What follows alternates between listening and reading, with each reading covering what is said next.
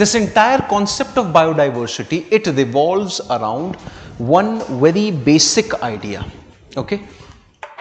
And that basic idea, which you will be seeing, is being used almost in every convention, in every important convention pertaining to biodiversity. Now, that particular term is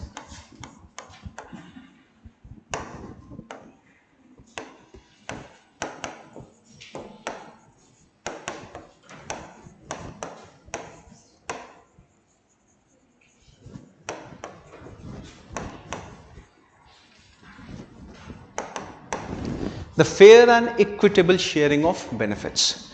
Now, when I am saying fair and equitable sharing of benefits arising from natural resources, so it means first fair, that means it must be in the knowledge of everyone. Equitable sharing of benefits, you have taken the traditional knowledge from me and now I am the one who has to buy that particular thing at expensive prices. How fair exactly is it?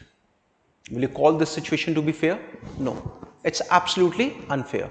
So it's all about the fair and equitable sharing of benefits. In fact, recently on 1st of November, we saw a meeting known as COP16, Conference of Parties 16, got culminated at Cali, Colombia. Now, one such decision to ensure fair and equitable sharing of benefit was taken. So, can you please tell me what exactly was that? A decision was taken. What was that? 30-30. Now, we could not arrive on a conclusion regarding to 30-30, but a 30 by 30 initiative.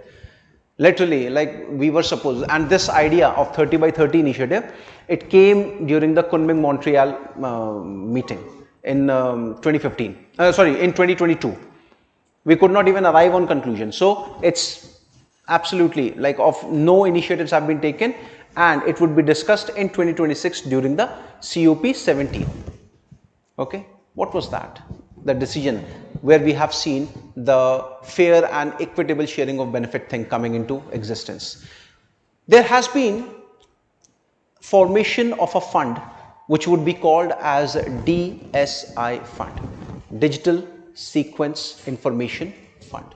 Now, this Digital Sequence Information Fund, it would be you can say it's going to be a really very revolutionary initiative. Why am I calling it revolutionary? Because with the introduction of this fund, all the companies who either buy natural resources or use traditional knowledge, they have to create a fund, and in that fund they have to deposit 0.1% of their total sales, and later on this entire fund would be used or would be provided to all the people, all the areas from where you have either obtained the raw material or you have either obtained the traditional knowledge. So this is one such beginning, that the places from where these things have originated, they must receive the maximum benefit.